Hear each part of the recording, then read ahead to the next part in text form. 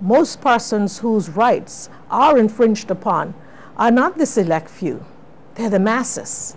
They are the children who cannot fight for themselves. They are the prisoners who are incarcerated behind the walls. They are the women and the persons out there who do not have the voice or the representation. So we look out for everybody. With several issues on her plate, Advisory Council member Doreen Stubbs found time to sit with Eye on the TCI host Cheryl Shan last night to shed light on some concerns.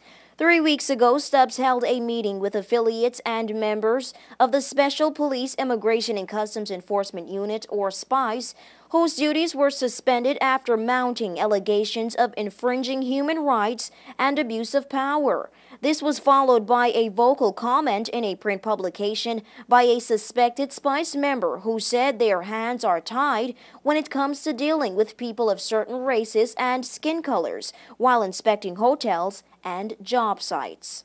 And that's one of the things we need to move away from in this country. Trying to look at people and jobs is demeaning.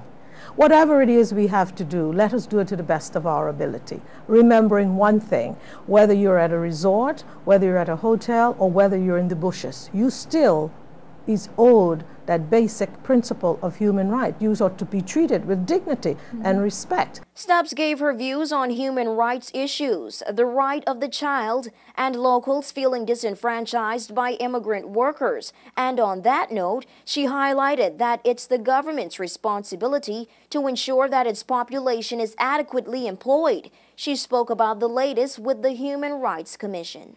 I have a positive note, though, and to say that recently, we've been granted indefinite status whereby we can petition the European the European Convention on Human Rights. Adhere to that indefinitely, we can petition to the courts. First, it was extended for 5 years, and now we have gotten it indefinitely.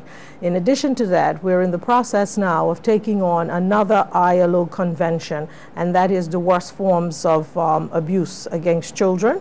Labor, and that is section 182, and we're looking at adopting that as well here in the country to further protect our children.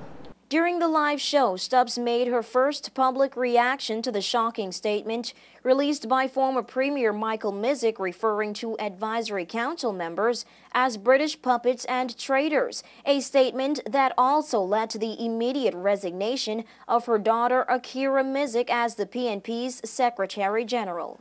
Basically, everything I know in my life, I learned from Mommy. And she told me one time ago, and she said, I went to her with a complaint, and she said, don't worry about the criticisms. Always remember the source. Who did it come from?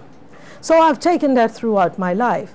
You criticize me. Who is those persons or a person that is using such words to describe me?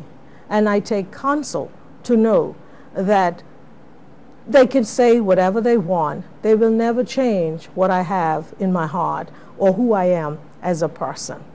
So I won't even answer it. I won't even quantify it or anything.